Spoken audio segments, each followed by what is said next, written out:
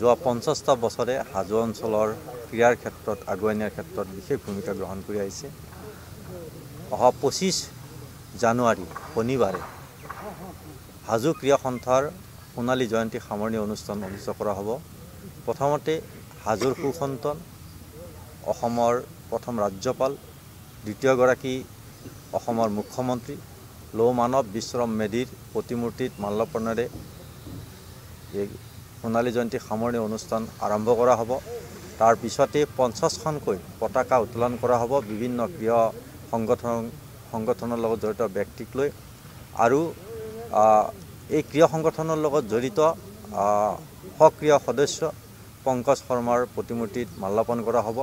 আৰু তাৰ পিছতে ৰছী টানা, ভলীবল, বেডমিণ্টন, ফুটবল, মহিলাৰ ফুটবলকে ধৰি কেইবাটাও প্ৰদৰ্শনী খেল ইতিমধ্যে অনুষ্ঠিত কৰিব সেই দিনটোত। আৰু সকলো প্ৰস্তুতি ইতিমধ্যে সমাপ্ত হৈছে। আৰু সন্ধিয়া 6 বজাৰ পৰা অসমৰ বিভিন্ন ঠাইৰ পৰা ইয়াত আমি ব্যক্তি উপস্থিতি কামনা কৰিছোঁ যে সন্ধিয়া 6 বজাৰ পৰা বলিউডৰ অতি জনপ্ৰিয় সংগীত শিল্পী বিনোদ ৰাথোৰৰ সংগীত পৰিৱেশন কৰা হ'ব। যিহেতু আমি এই সংগীত পৰিৱেশনৰ সময়টো নিশালৈকে নকৰোঁ, বহুত নিশালৈকে নকৰোঁ। সন্ধিয়া 6 বজাৰ পৰা 9:30 বজাৰ ভিতৰত আমি এই সাংস্কৃতিক নিশা যি আছে বিনোদ ৰাথোৰৰ সংগীত পৰিৱেশনৰ, এই সংগীত পৰিৱেশনৰ সময়টো আমি 6 বজাৰ পৰা 9:30 বজালৈকে আমি নিৰ্ধাৰণ কৰিছোঁ। আৰু সকলো ৰাইজৰ, হাজোবাসীৰ ৰাইজৰ লগতে অসমৰ বিভিন্ন প্ৰান্তৰ ৰাইজৰ আমি সহায় সহযোগিতা কামনা কৰিছোঁ। আৰু সকলো প্ৰকাৰে যাতে ইয়াত ৰাইজ উপস্থিত হৈ এই হাজো ক্ৰীড়া সন্থাৰ সোণালী জয়ন্তী 50 বছৰ হোৱাৰ পৰিপ্ৰেক্ষিতত 2023 চনৰ 8 জানুৱাৰী তাৰিখে ক্ৰীড়া সন্থাৰ সোণালী জয়ন্তী মহোৎসৱৰ শুভাৰম্ভ কৰা হৈছিল। আৰু 2023 বৰ্ষৰ পৰা 2023-24 আৰু 25 চনৰ জানুৱাৰী মাহৰ 25 তাৰিখে যি আমাৰ সোণালী জয়ন্তী মহোৎসৱ আমি উদযাপন কৰিছিলোঁ, এই উদযাপনৰ আমি সামৰণি পেলাবলৈ ওলাইছোঁ। আৰু এই সামৰণি অনুষ্ঠানত আমাৰ বিভিন্ন খেল ধেমালিৰ লগতে সন্ধিয়াৰ ভাগত সাংস্কৃতিক অনুষ্ঠান অনুষ্ঠিত হ'ব। আৰু সাংস্কৃতিক অনুষ্ঠান অনুষ্ঠিত কৰিবলৈ প্ৰথমবাৰৰ বাবে তীৰ্থনগৰী হাজোত পদাৰ্পণ কৰিব তথা সাংস্কৃতিক অনুষ্ঠানত তেখেতে গীত পৰিৱেশন কৰিব বলিউডৰ জনপ্ৰিয় কণ্ঠশিল্পী বিনোদ ৰাথোৰ ডাঙৰীয়াই।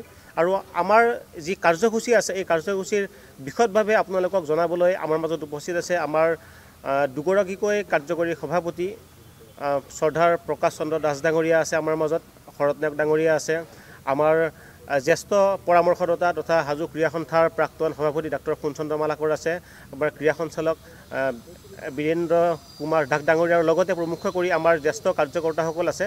আৰু আপোনালোকে তেওঁলোকৰ মুখৰ পৰা জানিব পাৰিব যে আমি এই অনুষ্ঠানটো কেনেদৰে উদযাপন কৰিছোঁ। ইতিমধ্যে আমাৰ যি সমাপন হৈছে, আমাৰ সকলো কাম ইতিমধ্যে আগবাঢ়ি গৈছে। আৰু আমাৰ শ্ৰদ্ধাৰ সভাপতি ৰাতুল শৰ্মা ডাঙৰীয়া বৰ্তমান বিশেষ কামৰ বাবে তেখেত আজি উপস্থিত নাই, কিন্তু তেখেতে আমাৰ সকলো দিশ তদাৰক কৰি আছে। আৰু আপোনালোকৰ যি জানিব লগা থাকে আমাৰ শ্ৰদ্ধাৰ ব্যক্তিসকলৰ পৰা জানিব পাৰিব। সকলোৰে বাবে আমি এৰি দিছিলোঁ যিটো থিম ছং ইতিমধ্যে সৰ্বসাধাৰণ ৰাইজে হাজো ক্ৰীড়া সন্থাৰ যিটো থিম ছং সকলোৱে আদৰি লৈছে। জনপ্ৰিয় কণ্ঠশিল্পী কল্লোল বৰঠাকুৰ ডাঙৰীয়া এই থিম ছংটো নিৰ্মাণ কৰিছিল, লগতে তেখেতেই কণ্ঠদান কৰিছিল এই থিম ছংটোত।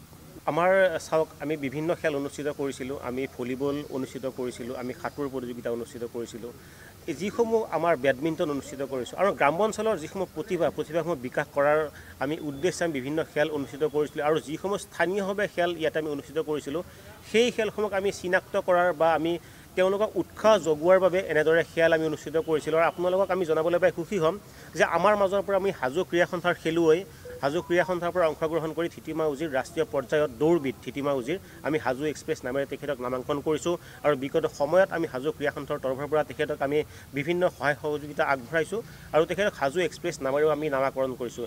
ইয়াৰ উপৰিও অসম অলিম্পিক সন্থাৰ অধীনত হোৱা মল্লযুঁজ প্ৰতিযোগিতাত কামৰূপ জিলা মল্লযুঁজ দলক প্ৰতিনিধিত্ব কৰি হাজোৰ 6গৰাকী মল্লযুঁজৰে ৰাজ্যিক পৰ্যায়ত পদক বুটলিবলৈ সক্ষম হৈছে। লগতে কাৰাটেত অসম অলিম্পিক সন্থাৰ দ্বাৰা অন্তৰ্ভুক্ত যি কাৰাটে প্ৰতিযোগিতা আছে, কাৰাটে প্ৰতিযোগিতাটো হাজোৰ খেলুৱৈয়ে পদক অৰ্জন কৰিবলৈ সক্ষম হৈছে আৰু আপোনালোকক জনাবলৈ পাই আমি আনন্দিত হ'ম যে ৰাষ্ট্ৰীয় পৰ্যায়তো কাৰাটেৰ খেলুৱৈ উজলি উঠিছে। ইয়াৰ উপৰিও এথলেটিক্সত আমাৰ খেলুৱৈ উজলি উঠিছে, বেডমিণ্টনতো আমাৰ খেলুৱৈসকল আগবাঢ়ি গৈছে। যদি আমি একেমুখে যদি কওঁ, এই বিগত সময়ছোৱাত আমাৰ ৰাজ্যিক আৰু ৰাষ্ট্ৰীয় পৰ্যায়ত হাজোৰ খেলুৱৈয়ে সুনাম অৰ্জন কৰি আমাৰ হাজোলৈ গৌৰৱ কঢ়িয়াই আনিবলৈ তেওঁলোকে সক্ষম হৈছে আৰু আমি এই চেগতে তেওঁলোককো আন্তৰিক ধন্যবাদ জ্ঞাপন কৰিছোঁ হাজো ক্ৰীড়া সন্থাৰ তৰফৰ পৰা। আমাৰ এই অনুষ্ঠানত আমি প্ৰতিযোগিতা নকৰোঁ, কিন্তু প্ৰদৰ্শনীমূলক আমাৰ ভলীবল থাকিব, মহিলা ফুটবল, প্ৰথমতে আৰম্ভণিতে ৰছী টনা খেল আৰু তাৰপিছত বেডমিণ্টন আৰু কেৰাটী আৰু